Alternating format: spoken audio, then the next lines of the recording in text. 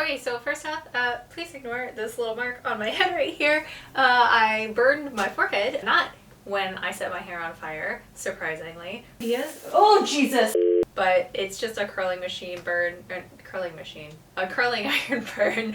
So it's not a big deal, it just looks kind of bad, so I just wanted to get that out of the way so nobody's sitting there like, what happened to her face? Meow!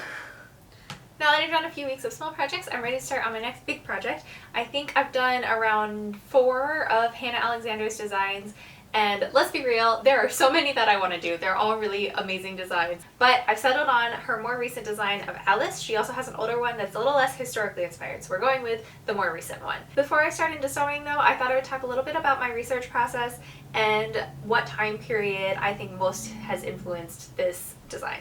Well, this is obviously a modern fantasy design. There are heavy Victorian influences, which makes sense since Alice in Wonderland was written right smack in the middle of the Victorian era.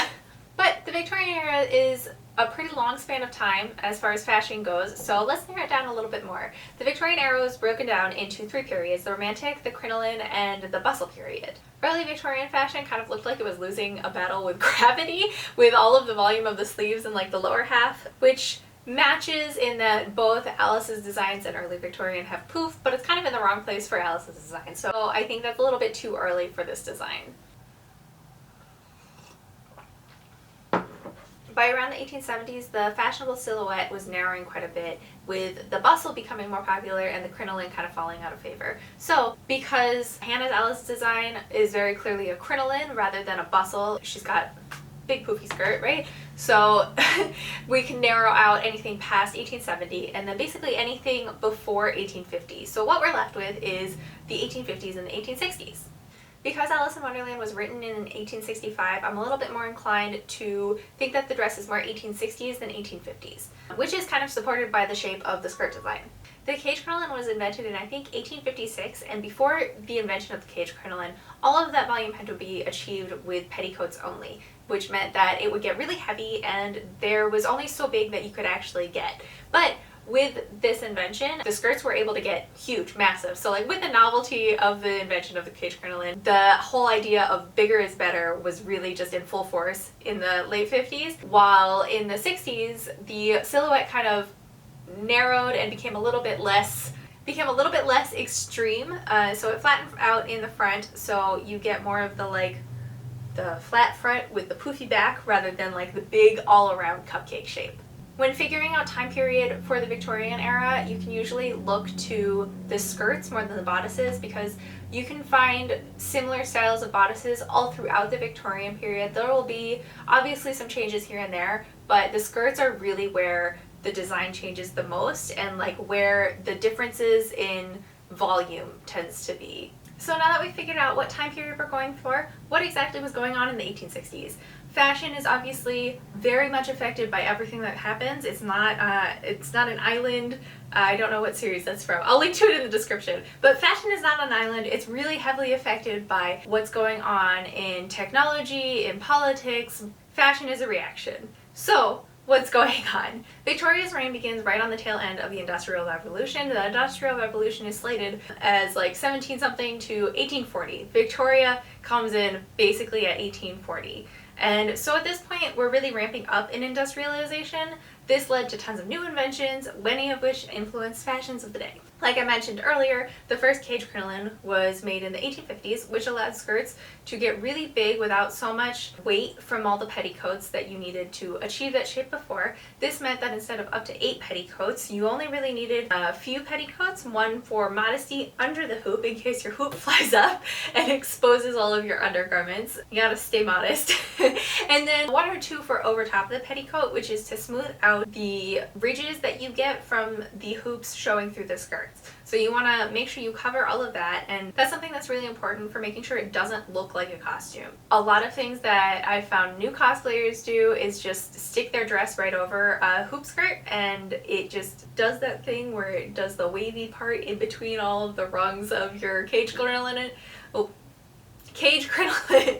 So it's really important to stick a couple of petticoats, or at least 1 petticoat over that, and that'll just smooth out any bumps and ridges. Personally, for this costume, I'm going to be skipping the innermost petticoat because for modern standards, Chemise and drawers is plenty to cover my dignity, so I'm not really concerned about if my hoop flies up if you see my drawers, which I know is so scandalous. Sewing in general became much faster after the patent of the first sewing machine in 1846.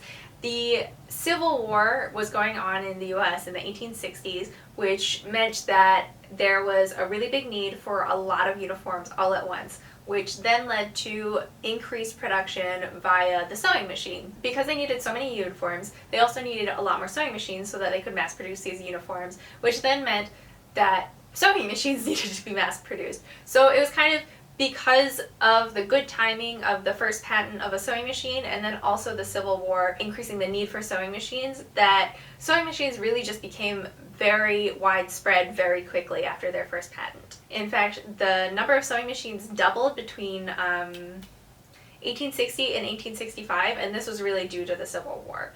In 1865, the Symington factory, I'm not really sure how to pronounce that, opened, however, and became the first mass producer of corsets. This wide availability of more durable machine-made corsets plus the increased popularity of metal eyelets allowed for tighter lacing and the more curvier silhouette that we see in Victorian fashion. As we leave the crinoline period for the bustle period, the skirt silhouette narrows quite a bit and all of the volume becomes focused behind the body rather than around the body.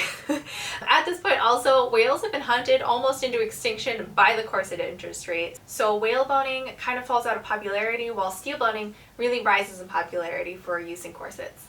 However, we're now moving away from the time period that we're focusing on for this project, so I will stop the history lesson there.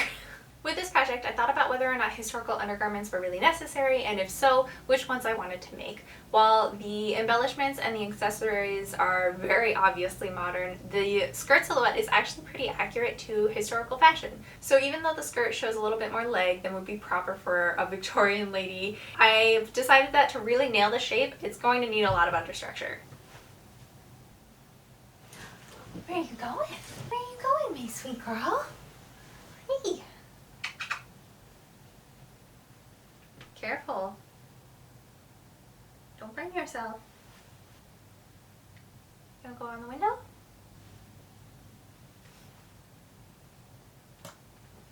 So I hope you all are ready for a long ride, because for this project I'm going to be making a chemise and drawers, a corset cover, a cage crinoline, at least one petticoat, maybe two petticoats to go over the cage crinoline, a bum roll or just like a bustle pad, so that I can hopefully prevent the cage crinoline from swinging forward with the weight of the skirts, and then after all of that I get to move on to the actual dress, plus the accessories and jewelry and whatever else I might not be thinking of right now. It's going to be a big project.